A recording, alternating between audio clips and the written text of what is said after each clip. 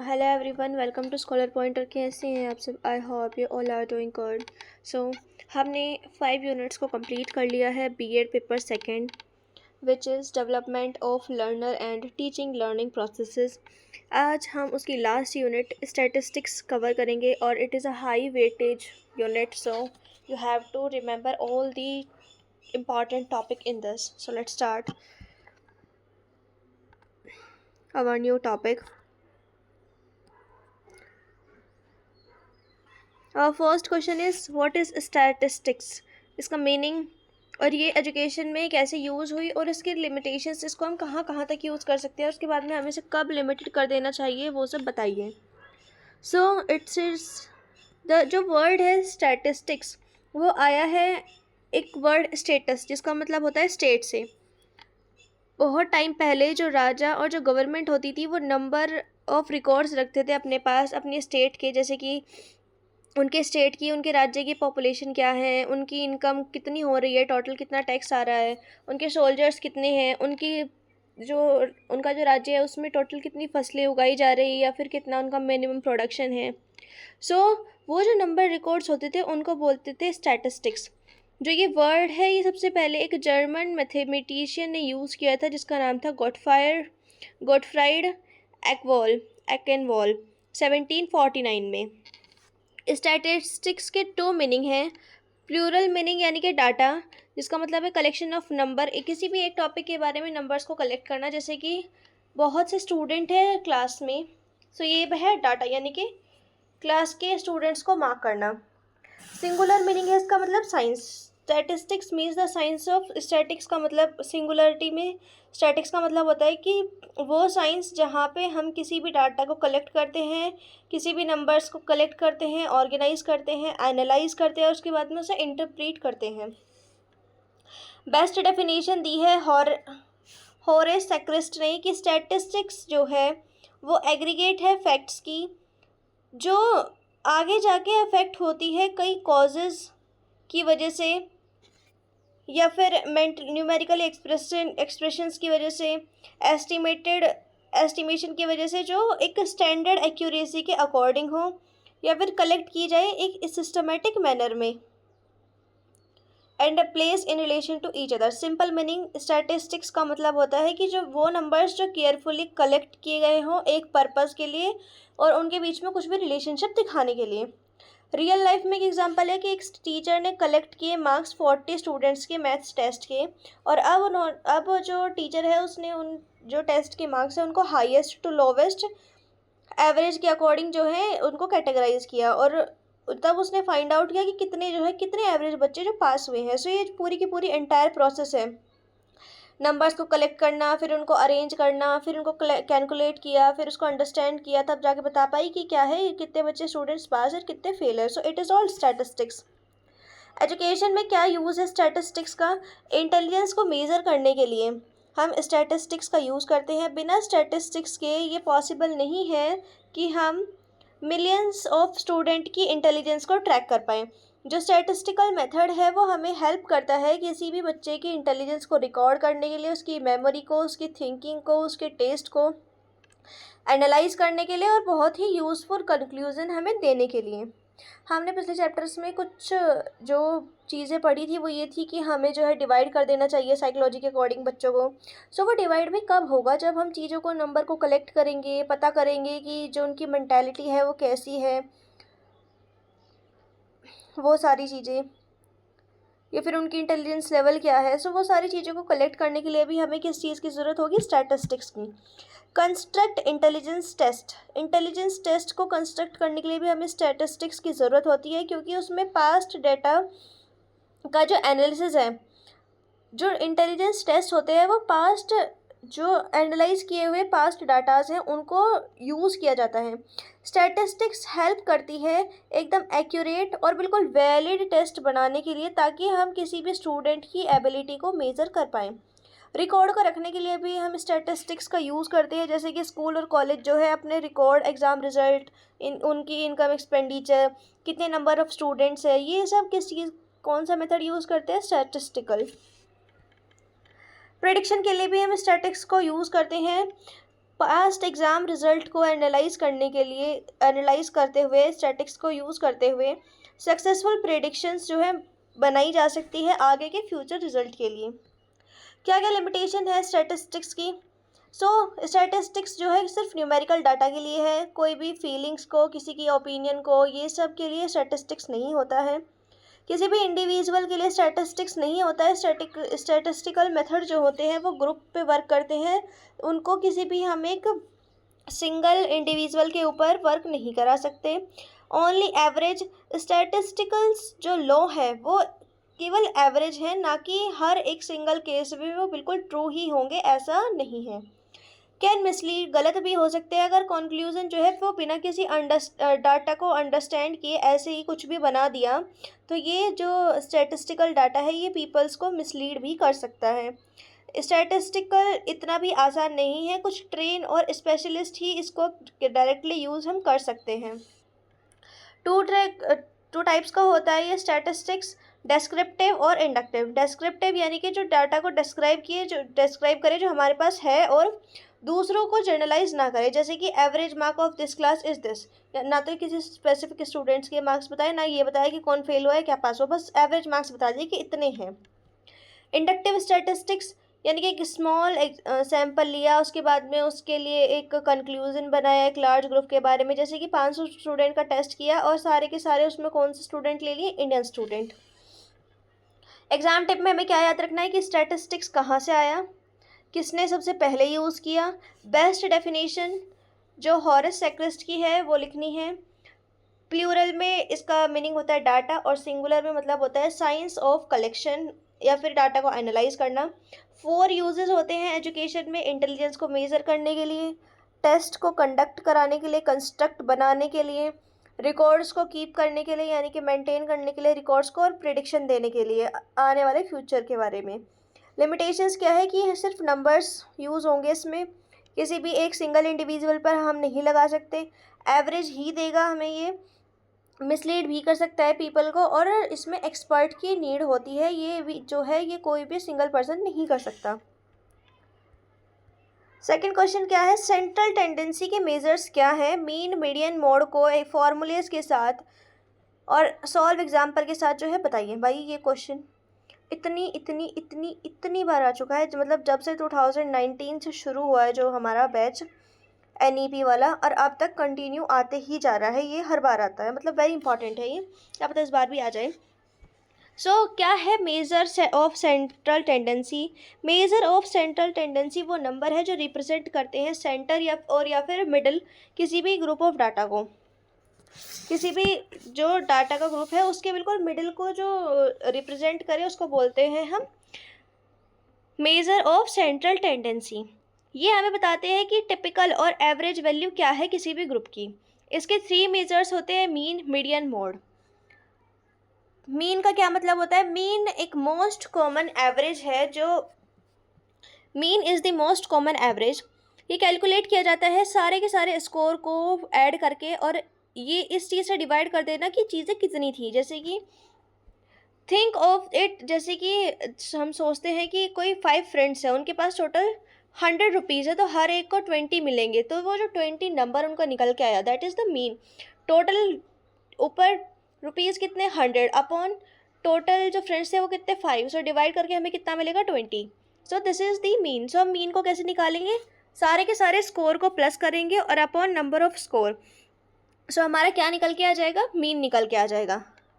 You can see example, scores हमको दिए हैं 10, 12, 14, 16 एंड 18, इन सारों को हम प्लस करेंगे, उसके बाद में हम गिनेंगे कि आखिर हमें कितने स्कोर गिवन थे। सो ऐड करके हमें कितना मिला? 70। Total score, number off score कितने थे? 5। सो इसको हम डिवाइड करेंगे, हमें मिलेगा 14, तो मीन हमारा कितना आया? 14।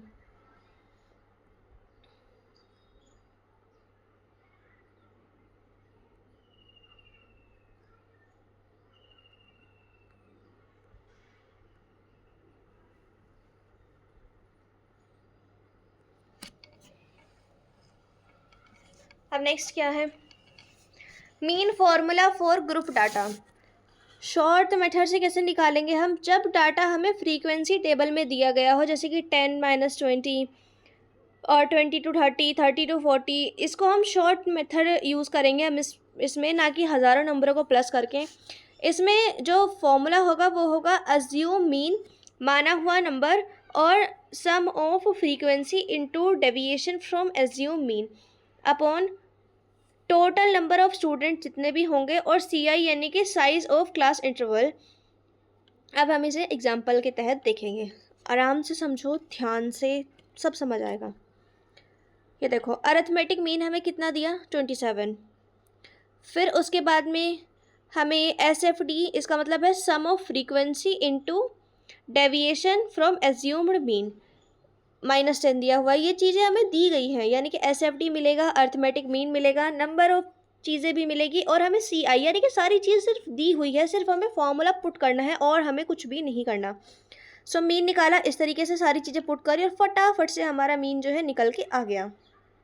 रियल लाइफ एग्जाम्पल्स इस चीज़ को समझ लेते हैं कि एक आदमी को सोचो जो जिसको पसंद है कि जो पिज़्ज़ा हो वो इक्वली शेयर हो। 5 स्टूडेंट है जिन्होंने 96 मार्क्स जो है टोटल गेट किए। सो अगर हम डिवाइड करेंगे, सो 19.2 हर एक का जो है मार्क्स होगा। सो it is a fair share, यानी कि 19.2 क्या है, वो मीन है, जो पॉइंट है पूरे के पूरे होल ग्रुप का।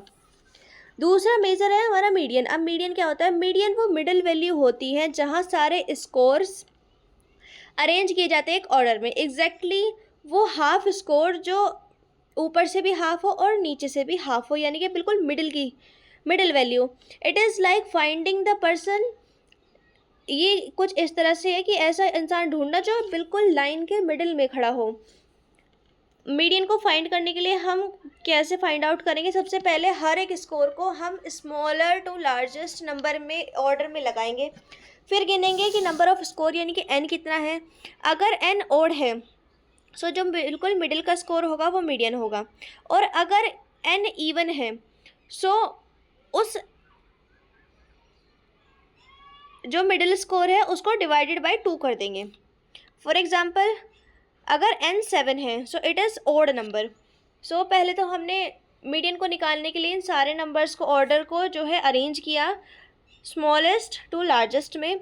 फिर इसकी जो मिडिल पोजीशन आई निकल के, वो क्या आई, 7 + 1/2 = 4th नंबर, यानी कि 4 नंबर जो है इसका मिडिल पोजीशन है। तो 4 स्कोर पे कौन है, 14। सो मीडियन क्या हुआ, 14। एग्जैक्टली आप ये देख भी सकते हो कि देखो, जैसे कि 7 है, 3 इधर छोड़े, 3 इधर छोड़े, 6 हो गए, बीच वाला क्या हुआ, it is the median. Group data के लिए क्या करेंगे, median is equals to L + n/2, यानी कि नंबर ऑफ टोटल जितना भी होगा अपॉन 2 इन माइनस FB, यानी कि वो टोटल फ्रीक्वेंसी जो मिडिल क्लास के नीचे हैं, इंटू CI, यानी कि वो size of class interval. For example से समझेंगे, जो n दिया है वो हमें 42 दिया है, L 24.5, FB 19 और FA 8 और CI 5, यानी कि टोटल चीज़ें हमें दी हैं।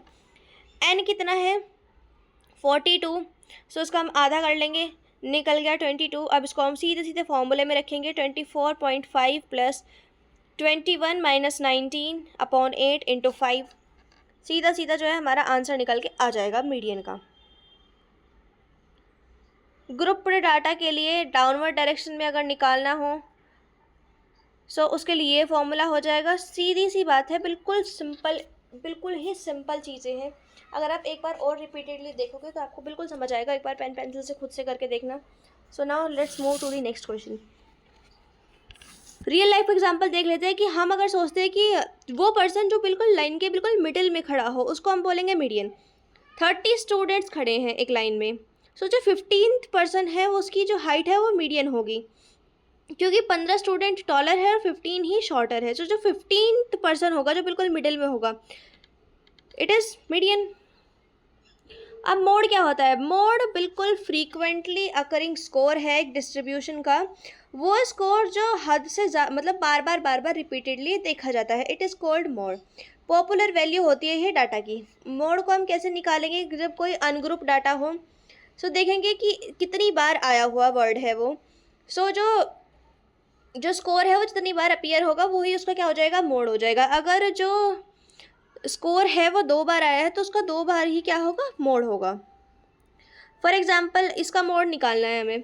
अब हमने ये काउंट किए, हमें पता चला कि जो 20 है वो कितनी बार आया है, 2 टाइम्स ओनली। जो 21 है वो 3 टाइम्स, जो 22 है वो 4 टाइम्स, 23 3 टाइम्स और 24 2 टाइम्स। तो इसमें हाईएस्ट किसकी वैल्यू है, 22 कितनी बार आया है, 4 times, so it is the mode. सीधी बात है। सो मोड को क्या हुआ, 22। शॉर्टकट फॉर्मूला क्या हो सकता है, सबसे पहले मीडियन निकालो, फिर मीन निकालो, 3 को मल्टीप्लाई कर दो मीडियन से, 2 की मल्टीप्लाई कर दो मीन से, जो आंसर आएगा उन दोनों को माइनस कर दो। ये भी हम यूज़ कर सकते हैं। एज यू कैन सी, अगर मीन दिया हुआ है और मीडियन दिया हुआ है और मोड पूछा है, सो 3 की मल्टीप्लाई की मीडियन में और 2 की मल्टीप्लाई की मीन में, इन दोनों को माइनस कर दिया, आंसर आ जाएगा निकल के आराम से। सी वेरी इजी, बहुत बहुत ज़्यादा इजी। कंपैरिजन टेबल क्या है मीन मीडियन मोड की। सबसे पहली बात तो है मीन मीडियन मोड होते क्या हैं। मीन तो है पूरे के पूरे स्कोर को नंबर ऑफ स्कोर से हाफ कर, मतलब नंबर ऑफ स्कोर से डिवाइड कर दो, क्या निकल के आ जाएगा, मीन। मीडियन क्या है, बिल्कुल मिडिल ऑफ वैल्यू। मोड क्या है, मोस्ट फ्रीक्वेंट वैल्यू जो बार बार उस ऑर्डर में आई हुई है। मीन किसके लिए ज़्यादा, किस चीज़ में हम ज़्यादा यूज़ करते हैं, जब हमें कोई भी नॉर्मल डिस्ट्रीब्यूशन हो। मीडियन जहाँ पे स्क्वीव्ड डिस्ट्रीब्यूशन हो, और मोड जहाँ पे हमें बिल्कुल अप्रॉक्सीमेट एकदम करेक्ट आंसर चाहिए और बिल्कुल क्विक चाहिए। जो मीन है वो एक्सट्रीम वैल्यू से अफेक्ट होता है, मीडियन थोड़ा सा कम, लेकिन मोड के ऊपर कोई फ़र्क नहीं पड़ता कितनी भी वैल्यूज़ बढ़ा लो। मीन जो है वो सबसे ज़्यादा रिलायबल है, मीडियन थोड़ा सा कम, और जो मोड है वो सबसे कम रिलायबल है। मीन तब यूज़ किया जाएगा जब सारा का सारा डाटा जो है बैलेंस होगा। मीडियन तब यूज़ किया जाएगा जब डाटा के पास क्या हो, आउटलाइनर्स हो, और मोड तब जब हमें बिल्कुल ही फास्ट आंसर चाहिए हो। मीन जो है वो इंटरवल टाइप का है, मीडियन ऑर्डिनल और मोड नॉमिनल। इतना भी डीप जाने की ज़रूरत नहीं है। मीन मीडियन मोड मैंने आपको अच्छे से समझा दिया, इतने फॉर्मूले याद करने की ज़रूरत इतना सब कुछ नहीं है। It is a very repetitive question, ध्यान रखेंगे, मैंने अच्छे से बताया है हर एक चीज़, 10 तो मैंने एग्जाम्पल लिखे हुए हैं हर चीज़ के। Let's go to next question कि डाटा क्या है और इसके काइंड्स और इसके सोर्सेज डिटेल में डिस्कस कीजिए। डाटा का मतलब है वो इन्फॉर्मेशन और वो फैक्ट जो कलेक्ट किए गए हैं किसी भी रिसर्च के लिए या फिर किसी भी स्टडी के लिए। जैसे कि हमें किसी भी बिल्डिंग को बनाने के लिए किसकी ज़रूरत पड़ती है, ब्रिक्स की, ईंटों की ज़रूरत होती है। सोशल रिसर्चर्स जो हैं उनको रिसर्च करने के लिए डाटा की ज़रूरत होती है। जो मोर वैलिड जो सोर्स ऑफ डाटा है वो मोर रिलायबल कंक्लूजन हमें प्रोवाइड करता है। डाटा टू मेन टाइप्स का होता है। प्राइमरी डाटा जो रिसर्चर्स के द्वारा कलेक्ट किया जाता है, यानी कि जो इन्फॉर्मेशन रिसर्चर्स डायरेक्टली और पर्सनली कलेक्ट करते हैं किसी भी रियल फील्ड से, it is called primary data, क्योंकि जो रिसर्चर्स है वो फर्स्ट पर्सन है उसको कलेक्ट करने के लिए। मेथड क्या है, डायरेक्ट ऑब्जर्व करके। दूसरा है फिर क्वेश्चंस करके, क्वेश्चन ऑफ लिस्ट लिखेंगे जो पीपल्स को दी जाएगी फिल करने के लिए। शेड्यूल करके लाइक क्वेश्चनर, बट जो रिसर्चर्स है वो उनको खुद ही देमसेल्स यानी कि खुद ही फिल करेंगे। इंटरव्यू करके रिसर्चर्स जो है पीपल से मीट फेस टू फेस मिले और उनसे डिस्कस करें कि कैसे क्या चीज़ें हुई हैं। जैसे फॉर एग्जांपल एक रिसर्चर्स जो है वो 100 स्कूल्स को पर्सनली विजिट करके आया, हर एक टीचर से बात की, कुछ प्रिंसिपल से उसने क्वेश्चंस किए। जो डाटा उसने कलेक्ट किया सारे का सारा स्कूलों से, जो मतलब सारा का सारा डाटा उसने स्कूल से कलेक्ट किया, it is called primary data. Secondary data क्या होता है, जो किसी और से पहले से किया हुआ इन्फॉर्मेशन से, यानी कि वो इन्फॉर्मेशन जो पहले से ही किसी और ने कलेक्ट करके रखी हुई है किसी भी डिफरेंट पर्पज़ के लिए, लेकिन जो रिसर्चर है वो इसको पर्सनली कलेक्ट नहीं करता है, वो किसी भी बुक्स में, किसी भी रिकॉर्ड में, किसी भी रिपोर्ट में उसको फाइंड आउट करता है। पर्सनल डॉक्यूमेंट किसी की भी, पब्लिक डॉक्यूमेंट्स, या फिर कोई उसने आर्टिकल वगैरह छपवाया हो, इस तरीके से। रियल लाइफ एग्जांपल है, वही सेम रिसर्चर्स जो है मिनिस्ट्री ऑफ एजुकेशन की एनुअल रिपोर्ट से फाइंड करता है कि कितना एनरोलमेंट हुआ है स्कूलों में लास्ट ईयर। वो चीज़ें उसने खुद नहीं की, लेकिन किसी और ने की थी पहले। अब वो जो है उससे क्या निकाल रहा है, सिर्फ कंक्लूजन निकाल रहा है। So it is called secondary data. और लंडबर्ग ने बोला है कि जो इंस्क्रिप्शन है एंशियंट स्टोन पे, हिस्ट्री में हमने पढ़ा है इंस्क्रिप्शंस क्या होती है, और एक्सकवेटेड ऑब्जेक्ट यानी कि जो चीज़ें हमें डग आउट करके खोद खाद के मिली है वो सारी चीज़ें भी क्या है, सेकेंडरी डाटा, क्योंकि है तो वो किसी और की इन्फॉर्मेशन, तो वो किसी और ने लिखवाई है, हमने थोड़ी वो पर्सनली जाके खुद से लिखी हुई है, so it is secondary data. Next question, tabulation of data detail में एक्सप्लेन कीजिए। टेबुलेशन क्या है? कलेक्ट और क्लासीफाई करने के बाद डाटा को हम जो है उसको टेबल के फॉर्म में प्रेजेंट करते हैं, इसी को बोलते हैं टेबुलेशन। एक टेबल जो है बिल्कुल डाटा को नीट, ऑर्गेनाइज और इजी वे में बना देती है अंडरस्टैंड करने के लिए और उसको कंपेयर करने के लिए। इसकी 3 इंपॉर्टेंट डेफिनेशन है। कॉनॉर ने बोला है कि जो टेबुलेशन है ये इन्वॉल्व करती है एक सिस्टमेटिक प्रेजेंटेशन, किसी भी न्यूमेरिकल डाटा की जो डिज़ाइन की जाए किसी भी प्रॉब्लम को क्लैरिफाई करने के लिए कंसीडरेशन के अंडर। हॉरेस ने बोला है कि जो टेबल्स है वो एक मीन्स है किसी भी डाटा को रिकॉर्ड करने के लिए परमानेंट फॉर्म में क्लासीफाई करके और सिमिलर थिंग्स को जो है साथ में रख के उनके कंपैरिजन के लिए। ब्लेड ने बोला है कि जो टेबुलेशन है ये एक ब्रॉडेस्ट सेंस है orderly arrangement of data in columns and row. Simply कोई भी neat arrangement of data row और कॉलम के टाइप्स में यानी कि किसी भी डाटा को जो है रो एंड कॉलम के फॉर्म में डिज़ाइन कर दो, it is called tabulation. Aim क्या है, हम क्यों टेबुलेट करते हैं? ताकि जो रिप्रेजेंटेशन है वो थोड़ी सी सिस्टमेटिक, नीट और ऑर्गेनाइज वे लगे और हम उसे आसानी से समझ पाएँ। ब्रीफ और कॉम्पैक्ट लगे। जो टेबल्स हैं वो थोड़ा कम स्पेस लेती है, हमारा टाइम सेव कर लेती है और हमारा थोड़ा सा पेपर भी सेव कर लेती है। इन्वायरमेंट के बारे में सोचना चाहिए। जो टेबल है वो फटाक से हमारी सारी की सारी प्रॉब्लम को क्लैरिफाई कर देती है और रिसर्चर को जो प्रॉब्लम है रिसर्चर की वो और थोड़ा सा क्लियर कर देती है और डाटा को कंपेरेबल बना देती है। एडवांटेजेस क्या है टेबुलेशन के? कॉम्प्लेक्सिटी को रिमूव करती है, कुछ भी जो पूरा का पूरा डाटा है वो कॉम्प्लिकेटेड नहीं लगता है। कैलकुलेशंस को इजी कर देती है। जब एक बार डाटा जो है टेबल में चला गया तो सारी की सारी मैथमेटिकल कैलकुलेशंस जो है वो बहुत ज़्यादा इजी हो जाती है। टेबुलेशंस जो है कंपैरिजन को भी इजी कर देती है, वो इजीली जो है डिफरेंट ग्रुप्स को जो है कंपेयर करने में हेल्प करती है। Leads to chart and graph. एक बार जो डाटा है वो टेबुलेटेड हो गया जो वो डाटा है वो आराम से हम उसको किसी भी चार्ट के फॉर्म में, किसी भी डायग्राम के, किसी भी ग्राफ के फॉर्म में जो है हम उसको चेंज कर सकते हैं, टर्न आउट कर सकते हैं। 4 टाइप्स की होती है टेबल्स भी। Journal purpose table, summary table, simple table और कॉम्प्लेक्स टेबल। जर्नल टेबल का क्या मतलब है? इसको हम रेफरेंस टेबल भी बोलते हैं, जो सिर्फ जर्नल पर्पस के लिए यूज़ की जाती है, जैसे कि कोई भी स्पेसिफिक फैक्ट, जैसे कि सेंसस की रिपोर्ट, जनगणना, पॉपुलेशन का डाटा, ये सारे होते हैं journal purpose table. Summary table जो किसी एक स्पेसिफिक पर्पस के लिए बनाई गई है, रेफरेंस टेबल से लेके जो स्टैटिस्टिकल मैनिपुलेशन और कंपैरिजन के लिए हम यूज़ करते हैं। सिंपल टेबल यानी कि जो सिर्फ एक कैरेक्टरिस्टिक्स को बताए, जैसे कि नंबर ऑफ़ स्टूडेंट जिसने मार्क्स स्कोर किए और क्लासीफाई करना उनको। कॉम्प्लेक्स टेबल जो 2 और मोर कैरेक्टरिस्टिक्स को डिफाइन करती हो, जैसे कि स्टूडेंट्स की जो टेबल है वो मार्क और जेंडर दो कैरेक्टरिस्टिक्स के ऊपर जो है डिवाइडेड हुई है, so it is complex table. अब 14 स्टेप्स है किसी भी टेबल को प्रिपेयर करने के लिए। सबसे पहले टेबल नंबर, उस टेबल को जो है एक आइडेंटिफिकेशन दो। दूसरी बात, उस टेबल को टाइटल दो। थर्ड थिंग इज़ उस टेबल के ऊपर क्या लिखो? डेट लिखो क्रोनोलॉजिकल ऑर्डर में। फिर उसको राइट क्लियर और प्रिसाइबल लेबल्स जो हैं उस पर लिखने हैं वो हॉरिजॉन्टल रो में लिखने हैं। फिर उस पर कैप्शंस लिखो, बिल्कुल क्लियर और शॉर्ट हेडिंग लिखनी है हर एक कॉलम के लिए। Body of the table, actual data proper order में ascending from left to right, यानी कि लेफ़्ट से लेकर राइट तक एंटर करना है। प्रिपरेटरी नोट तैयार करना है, कोई भी स्पेसिफिकल नोट जो टेबल की लिमिटेशंस या फिर उसके कवर को। यूनिट ऑफ मेजरमेंट जो उसमें यूज़ हुई हो, रुपीज़, किलोग्राम, परसेंटेज। सोर्सेज कहाँ से लेके आए हम उस डाटा को, प्राइमरी था या सेकेंडरी था। फुट नोट्स, एक्सप्लेनेटरी नोट्स जो टेबल के नीचे हम किसी भी स्पेशल आइटम्स के लिए लगाएं।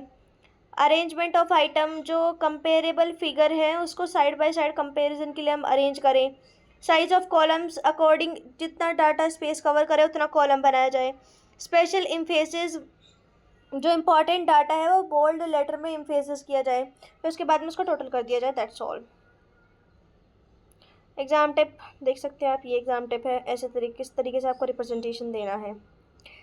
What are measures of variability, सारे के सारे मेजर्स फॉर्मूले और एग्जाम्पल के साथ में एक्सप्लेन कीजिए।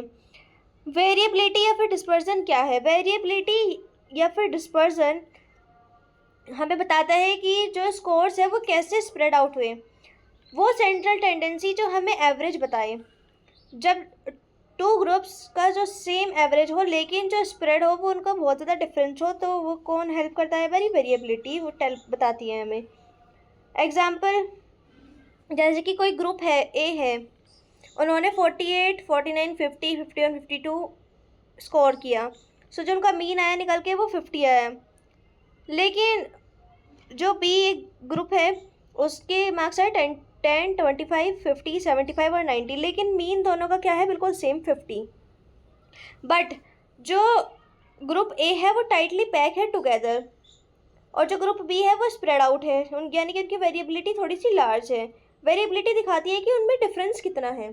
सो डिफरेंस ग्रुप ए में कम है लेकिन ग्रुप बी में बहुत ज़्यादा है। देखिए एक के नंबर तो 10 ही है, बिल्कुल किसी के एक के 90 है। सो कितना ज़्यादा वो है। अगर वेरिएबिलिटी कम होगी तो ग्रुप कंसिस्टेंट होगा, और वेरिएबिलिटी ज़्यादा होगी जो ग्रुप है वो कंसिस्टेंट बिल्कुल नहीं होगा। इसको भी मेज़र करने के लिए कुछ चीज़ें हैं। पहली चीज़ है रेंज। रेंज एक सिंपलेस्ट और क्विकेस्ट मेज़र है वेरिएबिलिटी का। ये हमें बताता है कि डिस्टेंस कितना है हाईएस्ट और लोवेस्ट स्कोर के बीच में। सो रेंज निकालने के लिए हमें क्या करना है? हाईएस्ट लिमिट को और लोवेस्ट स्कोर को माइनस करना है और उसमें एक प्लस कर देना है। जैसे कि हमें ये रेंज निकालनी है। सो हाईएस्ट नंबर लिया, लोवेस्ट पकड़ा, दोनों का माइनस करो, 1 प्लस में प्लस कर दिया। सो हमारी रेंज जो है वो निकल के आ जाएगी।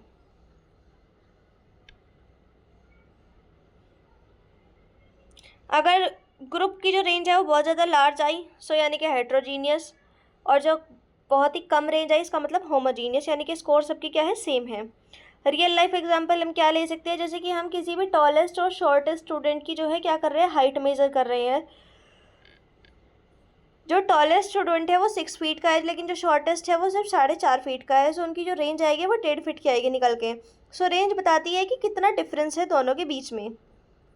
दूसरा मेजर होता है क्वार्टाइल डेविएशन।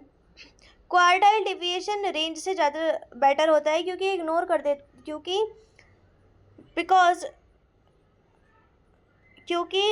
इग्नोर कर देता है 25% दोनों साइड में। ओनली जो मिडिल का 50% होता है वो उसको ही कंसीडर करता है, तो इसीलिए इसको बोलते हैं semi inter quartile range. First quartile जो वैल्यू 25% से कम होगी। सेकेंड क्वार्टाइल जहाँ पे मीडियन जो है वो 50% होगा। थर्ड क्वार्टाइल यानी कि जो वैल्यू है वो 75 से कम होगी। सो जो एवरेज डिस्टेंस है Q1 और QT का उसको बोलते हैं क्वार्टाइल डेविएशन। क्वार्टाइल डेविएशन का formula, quartile deviation is equals to Q3 minus Q1 upon 2। Example से देखते हैं हम इसको कैसे करना है। Q1 हमको दिया गया है 8.38, Q3 हमको दिया गया है 10.43, QD हमें निकालने को बोला है। सो माइनस करेंगे आएगा कितना? 2.05। QD निकालने के लिए हम इसको 2 से डिवाइड कर देंगे और हमारा क्वार्टाइल डेविएशन आ जाएगा। थर्ड है मीन डेविएशन। मीन डेविएशन वो एवरेज है जब मतलब हम ये निकालते हैं कि जो हर एक स्कोर है वो मीन से कितना दूर है।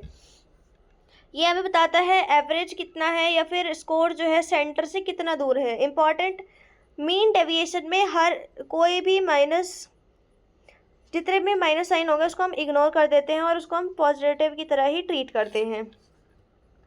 मीन डेविएशन का फॉर्मूला हम देखते हैं अभी। Mean deviation is equals to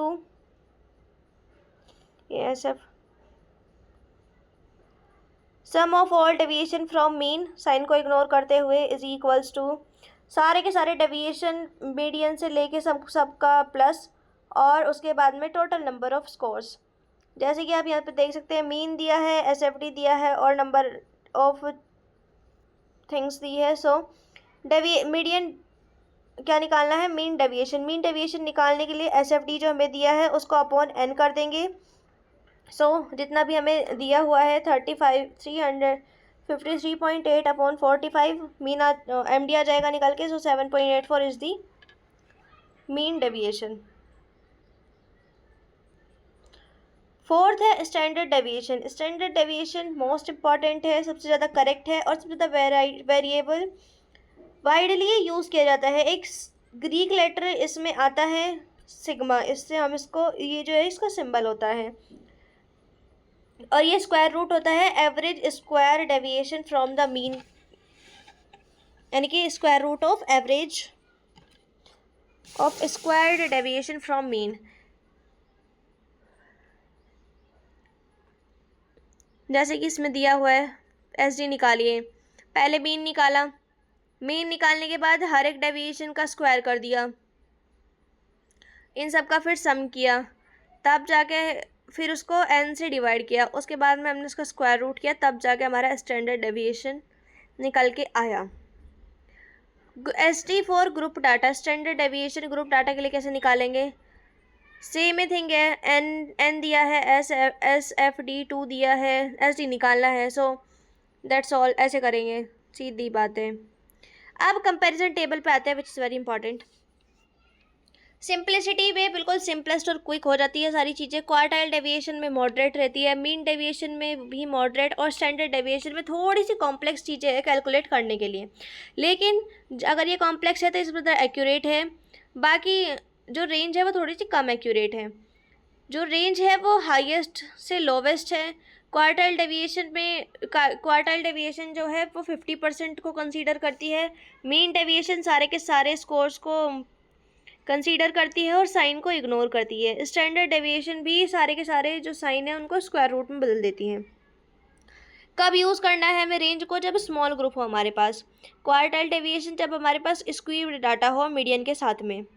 mean deviation जब हमें किसी भी चीज़ का रफ आइडिया निकालना हो। स्टैंडर्ड डेविएशन रिसर्चर्स और नॉर्मल डाटा जब हमें गेट करना हो तब। Formula high to low, quartile deviation का Q3 - Q1 upon 2, mean deviation SD upon n, और standard deviation SQRT bracket SD2 upon n। ये सारी चीज़ें। रेंज को हम R से रिप्रेजेंट करते हैं, क्वार्टाइल डेविएशन को QD, और मीन डेविएशन को MD, और स्टैंडर्ड डेविएशन को सिग्मा से। सो ये सारी चीज़ें हैं। अब correlation, very very very important question, इसको हम नेक्स्ट वीडियो में पढ़ेंगे। Till then take care, bye bye, see you in the next video.